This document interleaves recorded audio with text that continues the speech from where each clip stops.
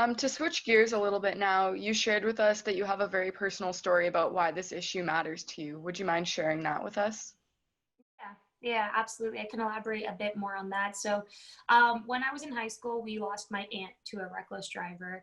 She was driving home. She worked at our elementary school, and she was on her way home. And this individual thought that it would be smart to be traveling at speeds well over the speed limit and run through a red light.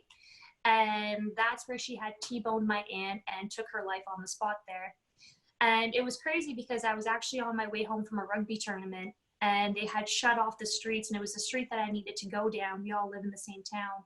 And I just remember being like, I don't know, that's got to be a really bad accident. And I remember saying like, okay, well, I hope everybody's okay. And I rerouted myself.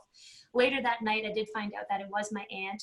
And it's such a devastating loss. And it's traumatizing too, because her daughter, my cousin Janie, actually was on her way home and saw the cop cars and looked into the ditch and said, that looks like the Christmas bag I gave mom.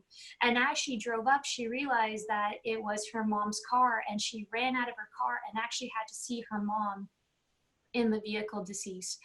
And how do you ever get that out of your head? How do you ever forgive somebody for being so reckless and taking a life? And then you have to go to court and fight for justice for her as well. And it's just, you feel so useless. You feel like you couldn't even do anything.